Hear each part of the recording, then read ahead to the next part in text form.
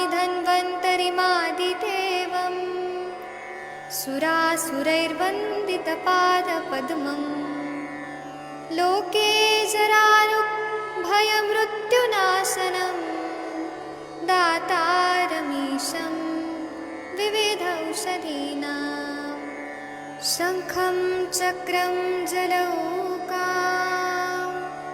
दधतं मृतघटं चारुदोर्भिश्चतुर्भिः सूक्ष्मस्वच्छातिहृद्यं शुकपरिविलसन् मौलिमम्भोजनेत्रम् कालाम्भोदोज्ज्वलाङ्गं कटितटविलसच्चारुपीताम्बराढ्यं वन्दे धन्वन्तरीतं निखिलगदवन् प्रौढदावाग्निलीलं प्रौढदावाग्निलीलं प्रौढदावाग्निलीलम्।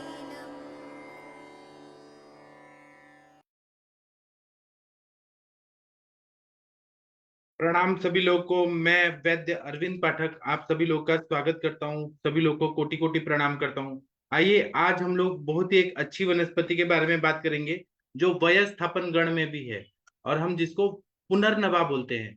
पुनर्नवा के बारे में हम लोग चर्चा करेंगे। आप सबके सब भारत के सर्वश्रेष्ठ चिकित्सक लोग हैं। पुनर्नवा जो वनस्पति है बार बार उत्पन्न होती है, इसलिए इसको पुनर्नवा बोलते हैं। मैं आप लोग के स्क्रीन पे कुछ चीजें दिखाता हूँ, आप लोग देखिए और फिर आप लोग भी पुनर्नवा के बारे में जो भी जानकारी जानते हैं वह जरूर बताइए। पुनर्नवा वनस्पति जो है यह बहुत ही अच्छी वनस्पति है और बहुत सारे व्याधियों में इसका प्रयोग होता है। शोथग्न गण में है। हम लोग इसके बारे में ही आज विस्तार से बात करने वाले हैं। हिंदी में इसको गधा पूर्णा बोलते हैं या विसर्गपरा भी बोलते हैं। इसको लैटिन में वॉरहेविया डिफूजिया ऐसे बोलते हैं और इसको हम लोग पिगवीड ऐसे भी बोलते हैं जो सुअर खाते हैं इसको। इसके बाद में चरक संहिता अगर हम लोग देखें तो चरक संहिता में जो षड विरेचन क्षति अध्याय है उसमें इसके बारे में बताया है। तो ये वयस्थापन गण में आयु को स्थापित करके रखने वाली वनस्पति के गणों में इसका उल्लेख किया गया है। मतलब यह जितना गुडुचि इंपॉर्टेंट है उतना पुनर्नवा भी इंपॉर्टेंट है।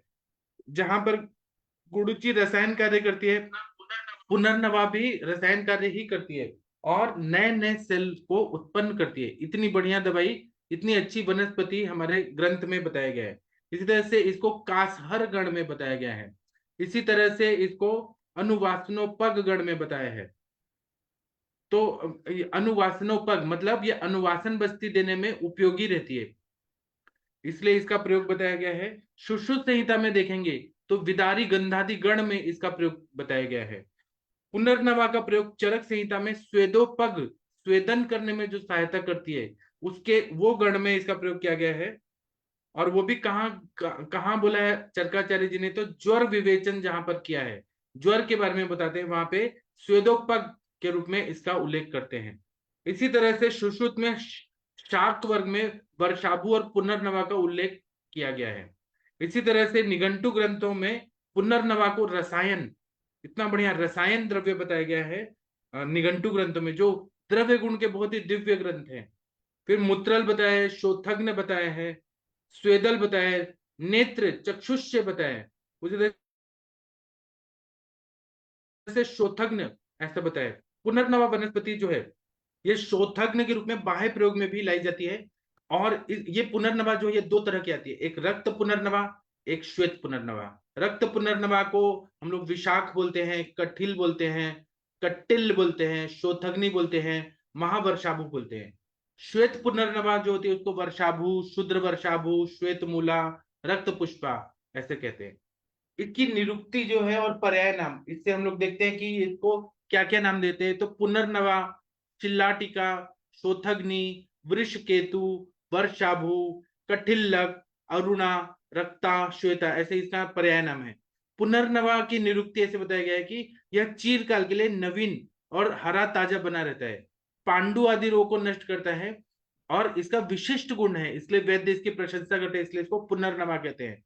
शिलाटिका मतलब यह पत्थर में भी उत्पन्न हो जाती है, इसलिए इसको शिलाटिका बोलते हैं। शोथग्नि मतलब शोथ में उपयोगी होता है। वृष केतु मतलब वर्षा में उत्पन्न होता है ज्यादा।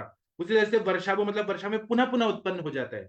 कट्टिलक मतलब बिना बारिश के जो शोक करता है, मतलब बारिश नहीं हुई तो यह मुरझा जाता है। इसी तरह से अरुणा रक्ता बोलते हैं कि कांड रक्त वर्ण का होता है। श्वेता एक अन्य प्रकार का भी होता है जो श्वेत पुनर्नवा का मूल श्वेता होता है। इसका अगर हम लोग देखें तो पुनर्नवा का एक वर्षायु या बहुवर्षायु शुप या बेल होती है। मूल प्रायः बहुवर्षायु होता है। वर्षा काल में इसमें नए पौधे निकलते हैं।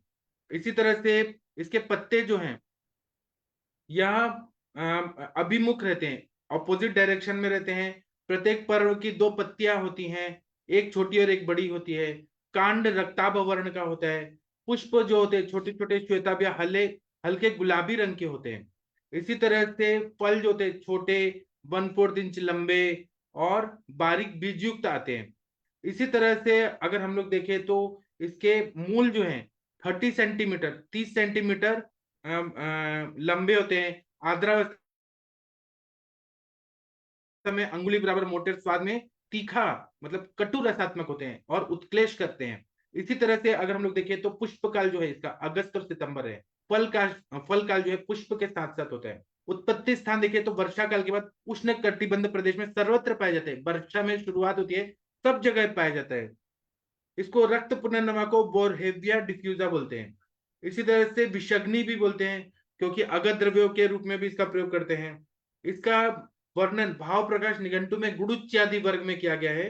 पुनर्नवा श्वेत मूला शोथग्नि दीर्घ पत्रिका कटु कषाय नुरता पांडुग्नि दीपनी परा टोफा नील गरज श्लेष्मा हरि ब्रग्नोधर प्रणुत। उस तरह से रक्त पुनर्नवा जो है, इतना बढ़िया बढ़िया ये दवाइयां हैं आयुर्वेद की, दिव्य दवाइयां हैं। तो रक्त जो पुनर्नवा है उसके बारे में क्या पता है?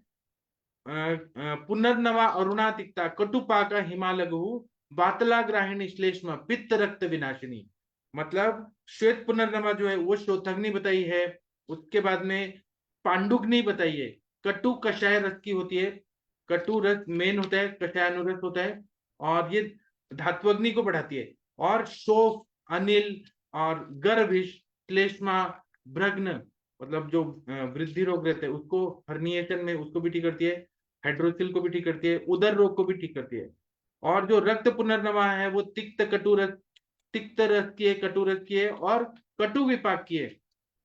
इसी तरह से अगर हम लोग देखें तो यह बात को अगर ज्यादा खाए, रक्त पुनर्नवा साग बना के ज्यादा खाए तो बात को बढ़ाती है, क्योंकि कटु रसात्मक है। ग्राहिणी है, श्लेष में पित्त रक्त विनाशिनी, कफ को दूर करती है, पित्त रक्त की व्याधि को। लेकिन जो भी चीजें हैं वह मात्रा पूर्वक ही प्रयोग करना चाहिए। रस पंचक देखे तो यह मधुर रस, तिक्त, कटु, कषाय, 4 रसात्मक ये द्रव्य है। गुण देखे तो लघु रुक्ष है, विपाक है, वो मधुर है, वीर उष्ण है। दोष देखे तो त्रिदोष हर है, दीपन पाचन कार्य करती है। उसके बाद में यह लघु रुक्ष, विपाक मधुर है, वीर उष्ण है इसका। अन्य कर्म दीपन पाचन, लेखन, मूत्र जनन, अनुलोमन, रसायन और विषग्न है। शोथ और पांडु रोग में ये बहुत अच्छा काम करती है। कटु रस एवं विपाक और कटु विपाक जो है उसके वजह से यह विपाक से कटु है, रस से भी कटु है, उष्ण भी है, तो अग्नि का दीपन कार्य विशेष रूप से करती है। यकृत की सारी बीमारियों में इसका प्रयोग होता है। ग्रहणी में अग्नि को प्रदीप्त कर देती है, इतनी बढ़िया ये दवाई है। इसी तरह से जल की अधिकता से अगर अग्नि मांदे हुआ है, मतलब जो द्रव गुण बढ़ा हुआ है शरीर में, और उसके वजह से अगर अग्नि मांदे हो गया है तो यह आग्नेय तत्व प्रधान द्रव्य है। तो ये द्रव का शोषण करके अग्नि का वर्धन करती है, पूरा पानी को सुखा देती है, इतनी बढ़िया ये दवाई है। इसी तरह से श्रोथ में, कपज पांडु में, जहाँ पे श्लेष्मा की दृष्टि है, क्लेदक कफ की दृष्टि है, वहां पे ग्रहणी में दीपन के लिए पुनर्नवा चूर्ण अथवा क्वाथ का प्रयोग प्रशस्त होता है। यह मूत्रल भी है, मूत्र को प्रवृत्त करती है अच्छे से। मूत्र प्रवृत्ति अच्छे से होगी तो बहुत सारे प्रॉब्लम सॉल्व हो जाएंगे। जो मूत्र से क्लेद वाहनम जो बोला है, मूत्र जो है अच्छे से निकलना बहुत जरूरी होता है। नहीं तो क्या होता है कि शरीर में क्लेद रहेगा तो वो प्रमेह जन्य संप्राप्ति भी कर सकता है, और क्लेद निकलना बहुत जरूरी है। और जो व्याधियों में धात्वग्नि मंद होता है, धातु में शिथिलता होती है, दुर्बलता होती है, उसमें क्लेद संचित होने लगता है, शोथ आने लगता है। तो यह अग्नि को बढ़ा देती है, क्योंकि इसमें अग्नि के तत्व हैं, कटु रस, कटु विपाक, उष्ण वीर्य है।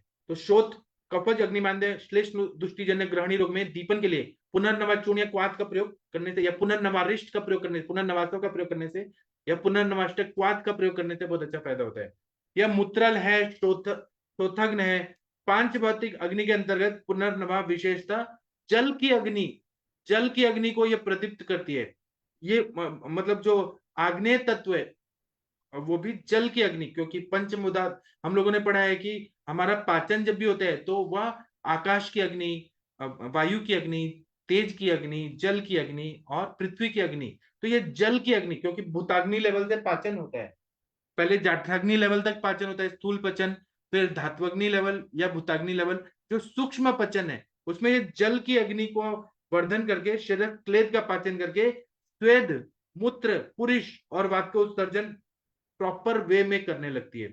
इसी तरह से यह शीतोदक इसका प्रयोग कर सकते हैं शीर के रूप में, जैसे और भी दवाइयां जैसे ठंडा पानी है, शीर, उशीर, इक्षुरस जैसे भी शरीर का क्लेद का वर्धन करते हैं। क्लेद वर्धन से मूत्र का क्लेद वहन कार्य होता है। लेकिन यह पुनर्नवा है धातुगत क्लेद वृद्धि का प्रतिबंध करके आम में स्थित क्लेद का शोषण कर देती है, भूताग्नि का वर्धन करती है, और यह क्या करते हैं, द्रव, शीत, गुरु, स्निग्ध, सांद्र, मृदु गुणों का पाचन करके शरीरगत संचित क्लेद एवं जल का मूत्र द्वारा निर्हरण होता है। अतः पुनर्नवा मूत्रल और शोथग्न कार्य करती है। कपट शोथ, सर्वांग शोथ विशेषतः अगर ऐसे कपट शोथ और सर्वांग शोथ, तो पुनर्नवा का चूर्ण गोमूत्र के साथ प्रयोग करने से बहुत अच्छा फायदा होती है। किडनी फेलियर के जब भी पेशेंट हमारे पास आते हैं तो किडनी फेलियर में भी इसका प्रयोग करने से बहुत अच्छा फायदा होता है। पुनर्नवा क्वाथ को शुंठी के साथ देते हैं तो वात शोथ में उपयोगी है। पित्त शोथ में पुनर्नवा मूल का सिद्ध शीर उपयोगी है। शेरस द्रव और क्लेद को पुनर्नवा मूत्र मार्ग से बाहर निकलती है, जिससे क्लेद दूर होकर शोथग्न कर्म होता है। इसी तरह से पुनर्नवा रक्त व स्त्रोत के विबंध को नष्ट करती है। अग्निदीपन, रसादि धातु का सम्यक वहन तथा मूत्र पुरुष स्वेद आदि का वही निस्तारण सम्यक रूप से होता है। अतः उदर और शोथ में पुनर्नवा उपयोगी है। सर्वांग शोथ में हरित की, शुंठी, देवदारू, गुड़ुचीयुक्त पुनर्नवा क्वाथ, गुग्गुल और गोमूत्र के साथ उपयोगी है। पुनर्नवासव जो है कफ शोथ, उदर रोग, यकृत वृद्धि में उपयोगी है। मैं और बताऊंगा, मैं चाहता हूं कि आप लोग भी इस टॉपिक पे थोड़ा कुछ बोलिए, फिर चर्चा होगी तो हम लोग को और कुछ सीखने को मिलेगा। आदरणीय महेंद्र सर जी, आप कुछ पुनर्नवा पे बोलिए, फिर मैं भी बताऊंगा। पुनर्नवा के बारे में आपने बहुत कुछ बता दिया। इसमें इसके गुण के हिसाब से तो इसको अपन यकृत पे और मूत्र रोगों पे विशेष रूप से काम करते ही है। इसमें सभी लेके पुनर्नवाष्टक, पुनर्नवादी मंडूर वगैरह इसका सारा उपयोग करते ही है। इसका जो नाम बताए हैं वो उसमें अपने ग्रंथों में अलग अलग तरह से इसके नाम बताए हैं वो उसमें ग्रंथों में। और इसका जो रसबीर्य विपाक जो बताया है उसके बारे में यदि अब अपन पढ़े तो ये मुख्य रूप से पित्त और कफ पे काम करता है। मतलब पित्त और कफ के गुणों पे काम करता है, बात को समन करता है ये। और इसके बारे में यदि ग्रंथों में देखें तो इसको उष्ण बताया, और उष्ण होता भी है ये, क्योंकि पुनर्नवा श्वेतमूला सोपग्नि पत्र का सोपग्नि बताया, जबकि अपने चरक संहिता में इसको जो सोफर द्रव्य दिए उनमें उसका उपयोग नहीं किया है। इसका कारण एक होता है कि ये धीरे धीरे यदि इसका अपन 20-21 दिन तक प्रयोग करें, उसके बाद लगातार प्रयोग करें तो वापस ये सोप को बढ़ा देता है। तो इसलिए इसको सोपग्न में नहीं लिया, लेकिन तुरंत में यदि काम करें तो अपन ये लीवर पे और मूत्र रोगों में बहुत बढ़िया काम करता है। ये अपन सब लोग देते ही है। इसका अर्क वगैरह भी काम लेते ही है, क्योंकि ये एक छोटा वृक्ष ही छोटा छुपी होता है, और इसका काम भी उसी हिसाब से अपन देंगे। इसलिए इसको रसायनी भी कहा है। रसायनी सोपरा से कसाया से तिक्तका, कफ बात हरा गया दुविधा से पुनर्नवा। पुनर्नवा को दो प्रकार का बताया गया है। इसी प्रकार का बताया गया है नीला पुनर्नवा, नीला श्यामा, नील पुनर्नवा, कृष्णाख्या, नील वर्षायु, स्वविधान्विता। और इसके अलावा इसमें यदि कर्म अलग तरह से देखें तो इसका प्रयोग अपन करते हैं, जो जनरल औषधि है और अपने सभी के यहाँ करीब करीब ये पैदा भी होती है। इसलिए इसका प्रयोग अपन सोप में और साथ में पाचन के लिए इसका प्रयोग करते हैं। सब लीवर पे, पेंक्रियाज पे, पेंक्रियाटिस वगैरह सूजन वगैरह, चाहे कहीं भी हो, चाहे कहीं भी सूजन हो, चाहे हार्ट की संबंधित हो, चाहे लीवर के संबंधित हो, चाहे किडनी के संबंधित हो, किसी भी तरह की सोच हो उसमें सब में अपन काम लेते ही है। किसी तरह का सोच में ये अच्छा काम करता ही है सर। Thank you sir. बहुत अच्छा बताया सर। और कोई कुछ बोलना चाहते हैं? आदरणीय जितेंद्र जी, आप कुछ बोलना चाहते हैं इस पे? जितेंद्र भांजा जी कुछ बोलना चाहते हैं? सर प्रणाम सर। हाँ प्रणाम सर, बोलिए। सर आपने तो बहुत अच्छा बताया और महेंद्र सर ने तो सब कुछ बता दिया सर। इसका ही प्रयोग तो ये तो बहुत बढ़िया एंटी इंफ्लामेटरी का काम करता है आयुर्वेद में सर। और हमेशा तो इसको सारे जो भी सर ने बताया किडनी के डिजीज में देते हैं और जब भी हेपाटोमेगाली रहता है ये देते हैं। और भी वो कहीं भी शरीर में जो इन्फ्लामेशन होता है उसे देने से बहुत अच्छा सर फायदा मिलता है। मेरा भी सर एक एक्सपीरियंस है। एक आदमी आया था मेरे पास जो कि 60 इयर्स की ओल्ड। उनका दोनों पाँव में ज्यादा इन्फ्लामेशन था और वो ठीक नहीं हो रहा था। कितना डायूरेटिक भी वो ले रहा था लेकिन वो भी ठीक नहीं हो रहा था। लेकिन हमने उनको कुछ नहीं सिर्फ पुनर्नवादी मंडूर दिया। दिन में 2-2 टैबलेट दिन में 3 बार दिया और आरोग्य वर्धन उनको दिया। सिर्फ बहुत अच्छा काम किया और उन्होंने जाकर भी जो डॉक्टर के पास ट्रीटमेंट हो रहा था उनको बताया देखो मेरा बिल्कुल ठीक हो गया। 3 मास से वो ठीक नहीं हो रहा था। और ये बेस्ट एंटी इंफ्लेमेटरी का काम करता है। और जो एनेमिक पेशेंट है उनमें भी ये भी पुनर्नवादी मंडल भी बहुत अच्छा सर काम करता है। जहाँ भी शोध में भी हम उनका प्रयोग करते हैं सर। ऐसा मेरा एक्सपीरियंस है सर। बहुत बढ़िया मेडिसिन है। हमेशा उसका प्रयोग हर दिन भी हम हमारा प्रैक्टिस में सर करते हैं सर। बहुत अच्छा बताया आपने। अगर हम लोग इसको देखें कि अनुवासनोपग, पक्वाशयगत तीनों दोषों को पुनर्नवा बाहर निकालती है। अतः पुनर्नवादी सिद्ध तेल विशेषतः वातोदर में, आनाह में, जो वात से रिलेटेड बीमारियां हैं, आधमान में, उसमें प्रयोग करते हैं। यह स्वेदोपग भी है। कटु रस और उष्ण वीर्य से पुनर्नवा स्वेदन और कर्म, स्वेदन कर्म के लिए उपयोगी है। उदर्द, पीनस, श्वास, जंघा में पर्व हो रहा है, जंघा में पर्वों में शूल हो रहा है, अस्थि शूल हो रहा है, सर्वांग शोथ हो रहा है, एकांग शोथ हो रहा है, उदर रोग में स्वेदन कर्म के लिए या त्वचागत क्लेद का पाचन करने के लिए शोथग्न के रूप में, शूलग्न के रूप में पुनर्नवा उपयोगी है। मतलब ये स्वेद प्रवृत्ति में हेल्प करती है। यह सर है, अति मात्रा में सेवन करने से पुनर्नवा सर है। यह अग्नि दीपन करती है, दोष पाचन करके मलों का भेदन करती है। आग्नेय गुण होने से पित्त के सर गुण की वृद्धि होकर कोष्ठ में संचित मल का सरण होता है। रक्त पुनर्नवा शीत वीर्य होने से ग्राही बताइए। पांडु रोग में कटु कषाय रस से रक्तगत क्लेद को दूर करती है, रक्ताग्नि का वर्धन कर देती है, रंजक पित्त का कार्य को अच्छा कर देती है। इसीलिए पांडु रोग में इसका प्रयोग करते हैं। विशेषतः कफज पांडु रोग, कास, श्वास, अक्षिकुट शोथ, शोथादि लक्षणों में वह मृतिका भक्तजन्य जो पांडु रोग है, मृतिका भक्षण जन्य जो पांडु रोग है, उसमें पुनर्नवा सिद्ध घृत का प्रयोग करने से बहुत अच्छा फायदा होता है। लेकिन मिट्टी खाने वाला जो पांडु रोग है उसमें विरेचन देना बहुत जरूरी होता है। स्रोत शुद्ध नहीं होंगे तब आगे कुछ काम नहीं होगा। विरेचन के बाद इसका प्रयोग करते हैं। गर्भ विष का अगर सेवन हो गया है तो गर्भ विष में विरुद्ध द्रव्यों के सेवन से रक्त व स्रोत दूषित होकर पांडु रोग, शोथ, उदर आदि लक्षण उत्पन्न होते हैं। तब स्रोत विबंध को दूर करने तथा मूत्र पुरुष मार्ग से दोषों के शोधनार्थ गर्भ विष में पुनर्नवा का उपयोग करते हैं। उरु स्तंभ आमवत में रसगत आम संधि स्थान में आश्रय होकर व्यान मार्ग में अवरोध उत्पन्न करके आमवत लक्षण उत्पन्न करता है। पुनर्नवा रासना और शुंठी क्वात आम पाचन के लिए, वेदना शमन के लिए, वातानुगमन के लिए और शोथग्न काम में उपयोगी है। उरु स्तंभ में कफ और मेद में रसवाहिनी स्रोतों में अवरोध होकर वात और पित्त के मार्ग में अवरोध उत्पन्न करता है। हरित की, शुंठी, देवदारू पुनर्नवा का प्रयोग करने से आम और मेद का पचन और कफ का छेदन होकर स्त्रोतों दूर होकर वात का अनुलोमन होता है। इस तरह से वय स्थापन है, रसायन है। तो वय स्थापन का मतलब क्या होता है कि ये तारुण्य की रक्षा करता है, नए नए सेल बनाता है। जब हम बोलते हैं शीर्यते तत् शरीरम, शरीर का हर समय नाश हो रहा है, लेकिन पुनर्नवा नए नए सेल बनाता है। वृद्धावस्था में इसका प्रयोग करें तो जहाँ पे शरीर मलों का समय निस्सरण नहीं हो रहा है, तब वहां पे इसका प्रयोग करने से सर गुण होने से पेट अच्छे से साफ करता है। रक्त धातु में वात का प्रकोप होता है, तो पुनर्नवादी जो है, पुनर्नवा जो है रक्त रक्तादि धातुओं का शोधन कर देता है और हृदय, नाभि, पक्वाशय, शिरा, स्नायु, धमनी आदि अवयव का शोधन करती रहती है। वृद्धावस्था में जिनको प्रमेह हो गया है, जिनको शोथ हो गया है, उदर रोग हो गया है, अर्श हो गया है, कास है, श्वास है, इन सबको इसका प्रयोग करते हैं तो बहुत अच्छा फायदा होता है।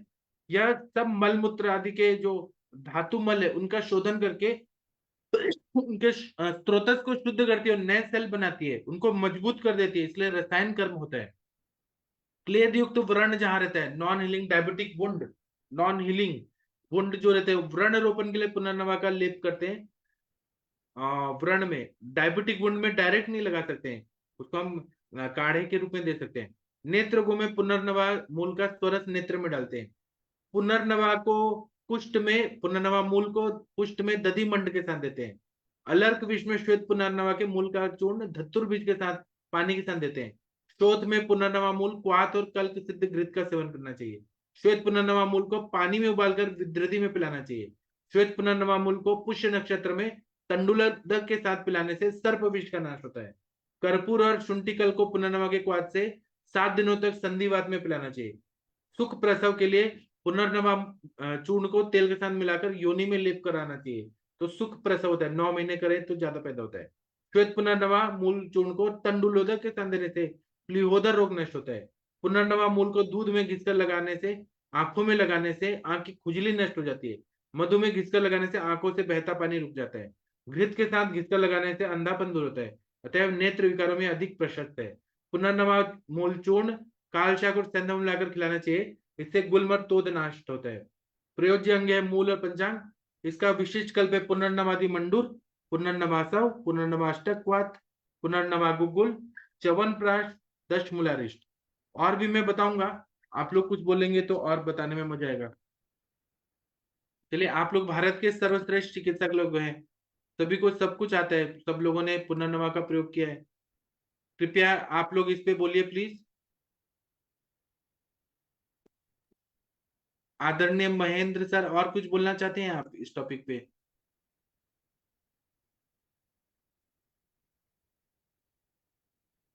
क्योंकि मैं 1 मिनट ये स्क्रीन से चला गया।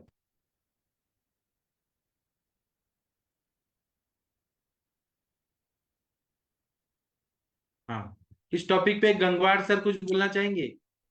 महाजन सर पुनर्नवा पे बोलिए। हाँ, मनीषा मैडम बोलिए प्लीज। हाँ जी सर, बहुत अच्छा टॉपिक लिए और बहुत डिटेल में भी बताए सर। कुछ रक्त पुनर्नवा पे, जैसे अभी आपने बताया, सब चीज बता दिए सर।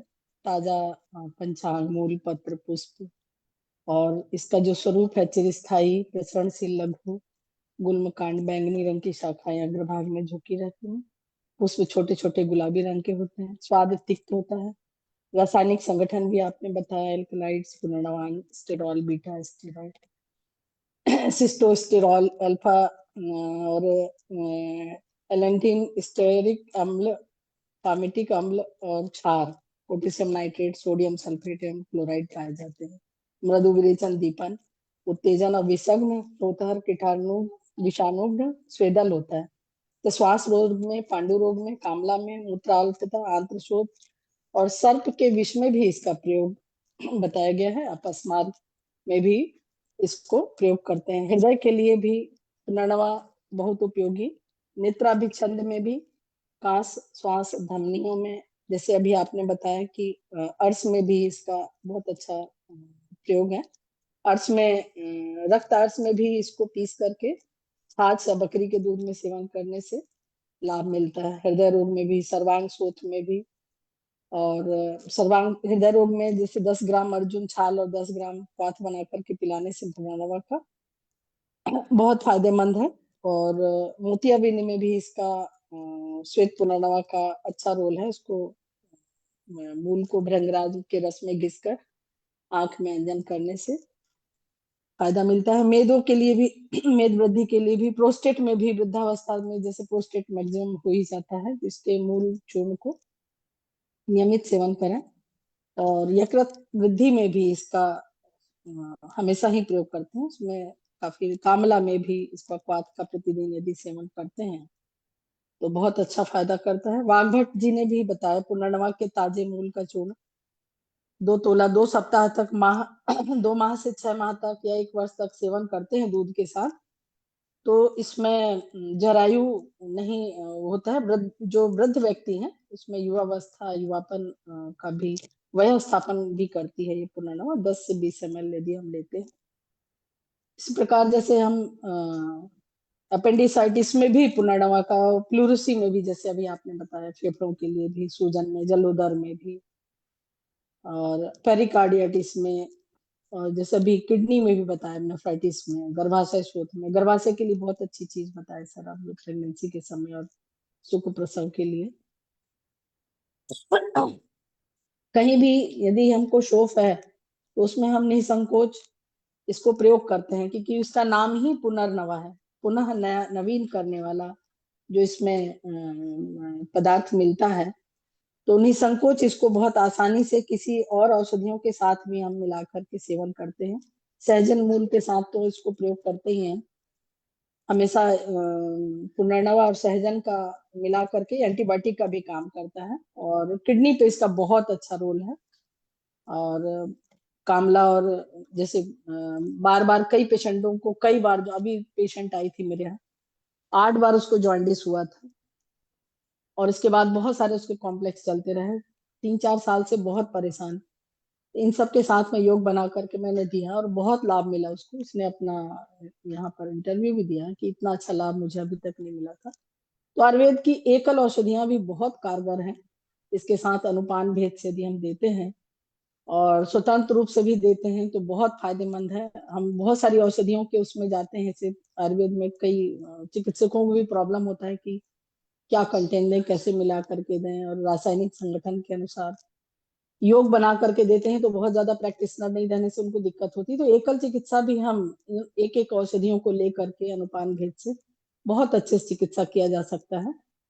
यही मेरा कहना था। थैंक यू जी। और ना इसकी निरुक्ति जो है वो भाव प्रकाश निघंटु में संस्कृत में जो है उसमें क्या बोला है, वर्षतो पुनर्नवा भवति शरीरम च पुनर्नवम करोति इति यथोक्तम मध्ये प्रिय निघंटो ग्रीष्मे सुशुष्का भवति प्रवर्षे पुनर्नवत्वम समुपैति नूनम पुनर्नवम या कुरुते शरणम पुनर्नवासा कथिता भिषग्भिः इति। मतलब ये एक साल में एक नया वनस्पति का इसका स्वरूप दिखता है, शरीर में भी पुनर्नवा नया चीज उत्पन्न कर देती है अगर इसका सेवन रसायन के रूप में किया जाए। ग्रीष्म शुष्का, ग्रीष्म में सूख जाती है थोड़ा, प्रवर्षीय पुनर्नवत्वम समुपैति नूनम, मतलब ये हर साल में नया नया इसका हर चीज नया नया आता है। इसी तरह से शरीर में पुनर्नवम या कुरुते शरीरम, मतलब नया नया उत्पन्न, नवीन उत्पन्न करना, जो शरीर में इसमें क्षमता है कि ये नया चीज उत्पन्न कर देती है, इसलिए इसको पुनर्नवा कहा जाता है। इसको कट्टिलक बोलते हैं। कंठम शोकम मिलती शिपति, कठिन शोके थी स्वप्न क्षेपणे, मतलब ये कठिन से कठिन पत्थर में भी उसको फोड़ के निकल जाती है, इतनी ये बढ़िया दवाई है। तो जहां पर शोथ है, जहां पे स्त्रोतोरोध है, बहुत जो विद्रधि है, जो बहुत डीप चला गया है और धातु कठिन है, वहां पे विकृत धातु कठिन है, वहां पर भी इसका गामित्व है। ये अपने प्रभाव से वहां जाके उसका सारा दृष्टि को ठीक कर देगी। फिर प्राविट शायणी, मतलब प्राविट काल में पुनर्भवती थी, मतलब वर्षा ऋतु के पहले ये प्राविट काल में बार बार होती है। मंडल पत्रिका, मतलब मंडलम वृत्ताकारम पत्रमस्या, इसके वृत्ताकार मंडल जैसे पत्ते होते हैं। रक्त कांड, मतलब रक्तम कांडमस्या, इसके लाल कांड होते हैं। रक्त पुष्प, मतलब लाल इसके पुष्प होते हैं। वर्ष केतु, मतलब वर्षतुम केतेति सुचेति, केतु श्रावणी निमंत्रणे, श्रावण महीने में ये बार बार आती है, तो इसको वर्ष केतु बोलते हैं। वर्षा, वो मतलब वर्षायाम वर्षतो पुनर्भवती थी, वर्षा ऋतु में बार बार होती है। विशाख, मतलब विस्तृता शाखा से, विस्तृत शाखा वाली होती है। विषग्नि, मतलब विषम हंती थी, विष को नष्ट करती है। शिवाटिका, मतलब शिवाय कल्याण आय थी, ये कल्याण देने वाली वनस्पति है और शुभ है, सभी जगह प्रसरण करती है। शोतम हंती थी, अतएव शोथग्नि, शोथ को नष्ट करती, इसलिए शोथग्नि। श्वेत मूल, मतलब श्वेत मूल सद्यो विशोषी, सद्य शोषम शोथम शोषयति थी, ये शोथ को सुखा देती है। सारिणी, मूत्रम सारेति रेचति इति अथवा प्रतरति इति, मतलब ये मूत्र को रेचन करती है, सरण करती है। बहुत अच्छा दवाई है। पुनर्नवा मधुर है, तिक्त है, उष्ण है, रुक्त है, स्वेदोपग है, वय स्थापन है, विरेचन है, दीपन कार्य करती है, मूत्र विरेचन कार्य करती है, नेत्र रोगों में अच्छा काम करती है, शोथ में, सर्वांग शोथ में, उदर में, कामला में, मूत्राल्पता में, पांडु में, हृदरोग में, श्वास में, उरशत में, सोजाक में, विष विकार में, नेत्र विकारों में उपयोगी है।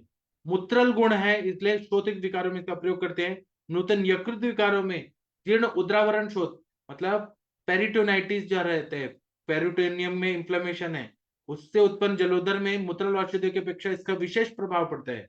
जब वृक्क का कार्य नहीं कर पाता है तो किडनी फेलियर में सीआरएफ जो रहता है, क्रोनिक रेनल फेलियर, उसमें इसका प्रयोग करते हैं। सीरम यूरिया क्रिएटिनिन ठीक होकर किडनी के नेफ्रॉन्स को ताकत देती है। इसमें पोटेशियम रहते हैं तो ये शराब के कार्य को बढ़ा देते हैं। पोटेशियम इसमें नेचुरल रहता है, जहां पोटेशियम की कमी से बहुत सारी प्रॉब्लम हो रही है तो। और इसमें जिनमें जो पेशेंट में बहुत एल्बुमिन आता है उसमें मूत्रल प्रभाव नहीं पड़ता है। और यकृत, वृक्क, उद्रावरण आदि अवयवों में जब इसका अधिक अवयति विकार हो जाता है तब यह अस्थायी लाभ होता है। तो शोथ में इसको पीस कर गर्म करके लेप भी करते हैं। हृदरोग में, श्वासकाश में, जलोदर में, पैर के सूजन को कम करने के लिए कुटकी, चिरायता और शोंठ के साथ इसका प्रयोग करते हैं। हृदय पर इसकी क्रिया डिजिटैलिस के रूप में होती है। कामला में पित्त निवारण के लिए इसका प्रयोग करते हैं। उपयुक्त श्वास में, श्वास नलिका शोथ में मतलब ब्रोंकाइटिस, फिर एल्वोलाइटिस, एल्वोलाइज जो रहते हैं उसमें इंफ्लेमेशन रहा तो इसमें प्रयोग करते हैं। शोंठ और बचा के साथ इसका प्रयोग करने से कफ निकलता है। अधिक मात्रा से वमन भी हो सकता है, वमन होके कफ निकाल देता है। इसका शाक का उपयोग शोथ में और कुपचन में करते हैं। पहले के जमाने में लोग इसका साग बना के खाते थे। अभिषंद आदि नेत्रों में कि ताजी जड़ मधु में पीसकर आंख में लगाते हैं। इसके आंतरिक प्रयोग भी करते हैं। वृश्चिक दंश, बिच्छू ने काटा, सांप ने काटा, सर्पदंश, मुशिक विष, चूहे ने काटा, इन समय बाहर अभ्यंतर प्रयोग करने से लाभदायक है क्योंकि यह अगध द्रव्य भी है। रसायन के लिए इसे मूल का उपयोग का विधान है। मूल स्वरस को 6 माशा से 1 तोला तक लेते हैं। पत्र स्वरस 1 से 2 तोला।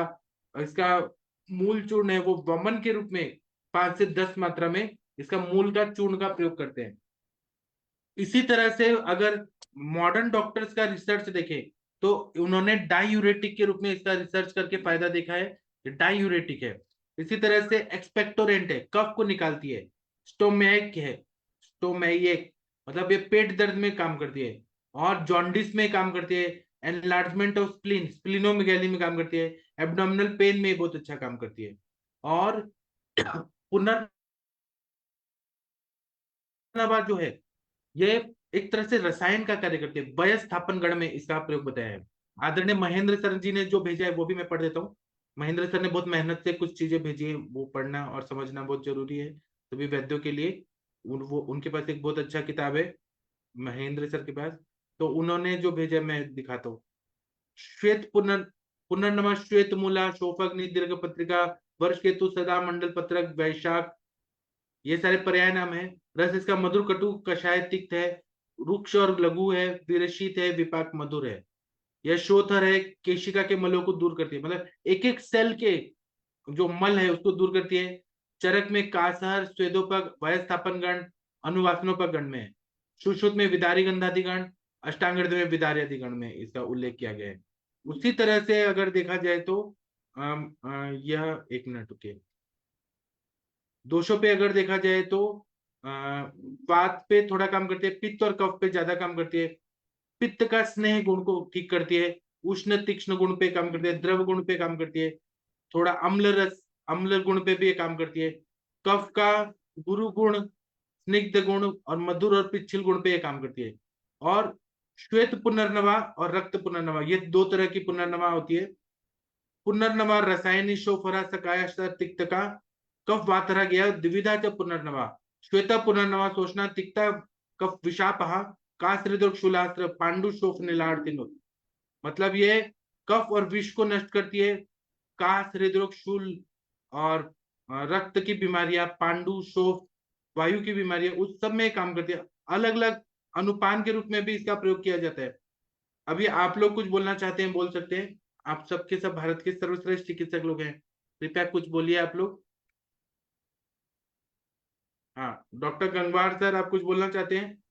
इसके सर जो ये प्रयोग मैं बताऊं, एक तो इसका जो फूल होता है पुनर्नवा का फूल, वो जो हाँ। कप्पर में होते हैं, उनमें यदि मिश्री के साथ में दें और शहद के साथ में तो उसमें बहुत अच्छा रिजल्ट है। एक उसमें अपन जो वो क्या होता है ये खुजली वगैरह जो सादा खुजली वगैरह होती है सूखी, उसमें यदि सुपारी के साथ में दें, सुपारी के साथ में तो उसमें इसका अच्छा रिजल्ट मिलता है।